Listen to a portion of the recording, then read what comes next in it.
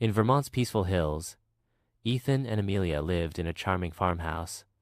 They woke at dawn, inspired by nature's beauty. Ethan plowed, Amelia gardened. At day's end, they shared a harvest meal at their oak table.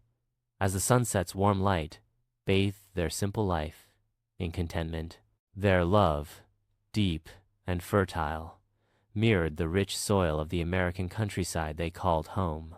The Tickle Monster Army was a force to be reckoned with, known for their mischievous antics and love of all things silly.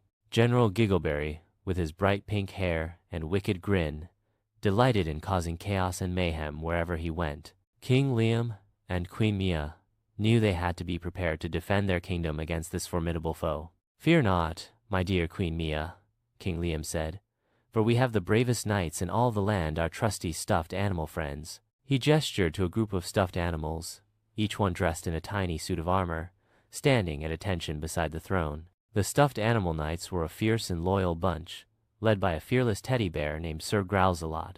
There was also a wise old owl named Professor Hootenanny, a sly fox named Sir Sneaky, and a kind dragon named Blaze. Together, they had defended the Pillow Fort Kingdom against many a threat, and they were ready to do so again. "For the kingdom!" they shouted in unison, their tiny voices filled with determination. Queen Mia smiled, her green eyes shining with pride. "With our brave knights by our side, I have no doubt we shall triumph over the Tickle Monster Army." Just then, a messenger bird flew into the throne room, carrying a note from General Giggleberry himself. The note read, "Ha ha ha! You think your little stuffed animal knights can defeat the mighty Tickle Monster Army? We shall see about that. Prepare for battle, King Liam and Queen Mia. We are coming for you." King Liam's face set in a brave expression. He crumpled the note in his hand. "It seems the time for battle has come," he said, his voice firm and resolute. Queen Mia nodded, her blonde hair bobbing up and down. "Then let us prepare our defenses and come up with a plan to defeat the Tickle Monster Army." The two rulers of the Pillow Fort Kingdom set to work, using their imaginations to come up with the most fantastical and clever battle strategies. They built a moat filled with fluffy feathers, constructed a drawbridge made of soft, cuddly blankets, and even created a secret passageway behind a bookshelf. The stuffed animal knights were stationed at various points around the kingdom, ready to defend their home against the invading army. As the sun began to set, casting a warm orange glow over the Pillow Fort Kingdom, the Tickle Monster Army appeared on the horizon. General Giggleberry led the charge, his bright pink hair standing on end as he let out a loud charge. The army of Tickle Monsters, each one armed with a feather duster or a silly string shooter, marched towards the kingdom, their mischievous grins gleaming in the fading light.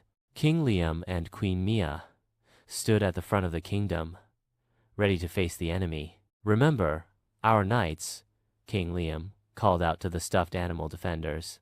"The Tickle Monster Army may be silly, but they are also very tickly. Use your imaginations to come up with the most creative and humorous defenses you can think of."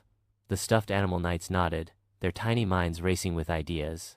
Sir Growlzalot, the brave teddy bear, stood forward, his paws on his hips.